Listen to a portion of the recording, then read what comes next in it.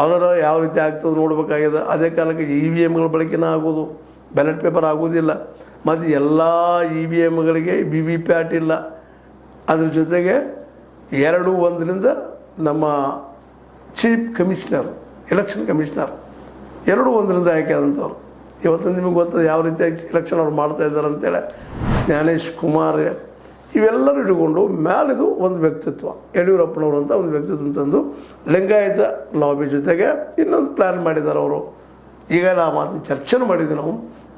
ಒಕ್ಕಲಿಗ ಲಾಬಿಯನ್ನು ಮತ್ತು ಲಿಂಗಾಯತ ಲಾಬಿಯನ್ನು ಕೂಡಿಸುವಂಥ, ಜಂಟಿ ಮಾಡುವಂಥದ್ದು ಮಾಡಿ ಈಗೇನು ಸಿದ್ದರಾಮಯ್ಯನವರು ಒಂದು ಹೊಸ ಒಂದೇನು OBC ಅಹಿಂದವನ್ನು ಮಾಡಿಕೊಂಡು SC ST ಅಂದರೆ ದಲಿತರು, ಆದಿವಾಸಿ ಜನಾಂಗ, ಅದ್ರ ಜೊತೆಗೆ ಹಿಂದುಳಿದವರು ಮೇಲೆ ಅಲ್ಪಸಂಖ್ಯಾತರು ಕೂಡಿಸಿಕೊಳ್ಳುವಂಥ ಪ್ರಯತ್ನ ಮಾಡಿ ಸಿದ್ದರಾಮೋತ್ಸವವನ್ನು ಮಾಡಿದರು. ಅದಕ್ಕೆ ಪ್ರತಿಯಾಗಿ ಇವತ್ತು ಈ ಅಭಿಮಾನೋತ್ಸವವನ್ನು BJPಗರು ಮಾಡ್ತಾಯಿದ್ದಾರೆ, ಯಡಿಯೂರಪ್ಪನವ್ರು ಮಾಡ್ತಾಯಿದ್ದಾರೆ.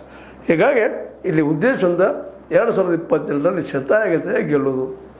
ಈಗಿನ ಮಟ್ಟಿಗೆ ನೋಡಿದ್ರೆ ಕಾಂಗ್ರೆಸ್ ಎತ್ತರದಿಂದ ಕಾಣ್ತದೆ. ಆದರೆ ಇನ್ನೊಂದು ಮಾತನ್ನು ಹಿಂದಿನ ಮೊನ್ನೆಯ ಒಂದು ಇಂಟರ್ವ್ಯೂನಲ್ಲಿ ಅಶೋಕ್ ಅವರು ಹೇಳ್ತಾರೆ, ಅಶೋಕ್ ಅವರು, ನಾವು ಈ ಸಲ ನಿಶ್ಚಿತವಾಗಿ ಗ್ಯಾರಂಟಿಗಳನ್ನು ಘೋಷಣೆ ಮಾಡ್ತೀವಿ, 25 ಗ್ಯಾರಂಟಿಗಳನ್ನು ಘೋಷಣೆ ಮಾಡ್ತೀವಿ ಅನ್ನೋಂಗೆ ಮಾತಾಡಿದ್ದಾರೆ. ಗಂಡು ಮಕ್ಕಳ ಸಹಿತ ಫ್ರೀ ಬಸ್ ಕೊಡ್ತೀವಿ ಅನ್ನೋಂಥ ಮಾತು ಮಾತಾಡಿದ್ದಾರೆ. ಅದು ಸಾಧ್ಯನೋ ಅಸಾಧ್ಯನೋ ಬೇರೆ ಮಾತು, ಅದ್ರ ಘೋಷಣೆ ಮಾಡಿದ್ದಾರೆ.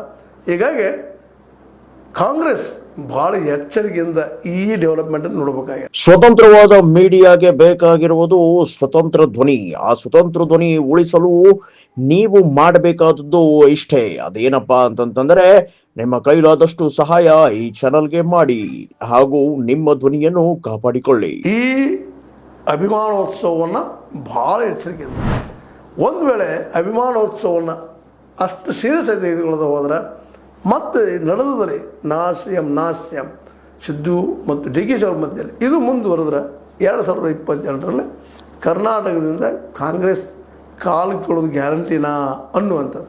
ಯಾಕಂದರೆ ಇವತ್ತು ಕೊರತೆ ಇರೋದು ಈಗಾಗಲೇ BJPಗೂ ಅರ್ಥ ಆಗ್ಯದ. ನಾವು ತಪ್ಪು ಏನು ಮಾಡಿದ್ವಿ ಅಂದರೆ ಗ್ಯಾರಂಟಿ ಬಗ್ಗೆ